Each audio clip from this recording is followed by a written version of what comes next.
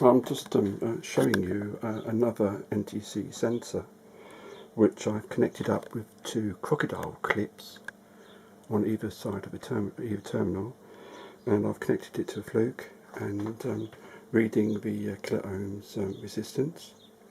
Now this should drop as the temperature goes up. So it's simulating a washing machine. Done. Add a little bit of water, which is hot. And you can see it's dropping straight away. Just a few drops of hot water was enough to be sensed by the sensor, and it's reacting in exactly the way you expect it to. This is a higher value sensor. I think it's 48 kiloohms. So these numbers are a bit higher than usual.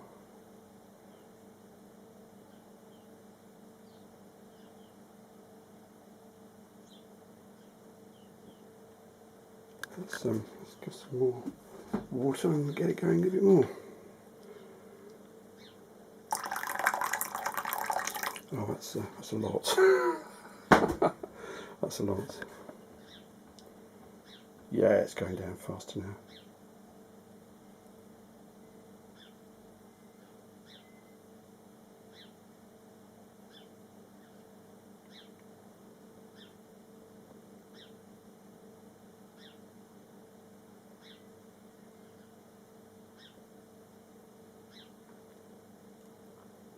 I think this is perhaps the best way to test a sensor to make sure it really works, because it's precisely what it's supposed to be doing.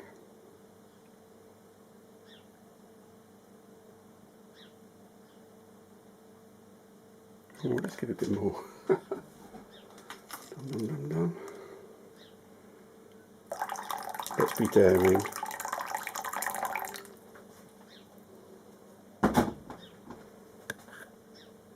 Yep, going down again.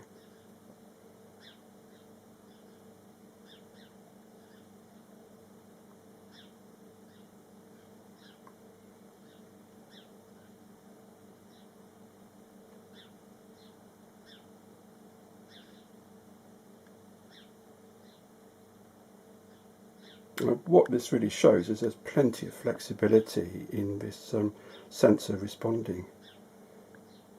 So I think it's an excellent condition. That's exactly what we want to see.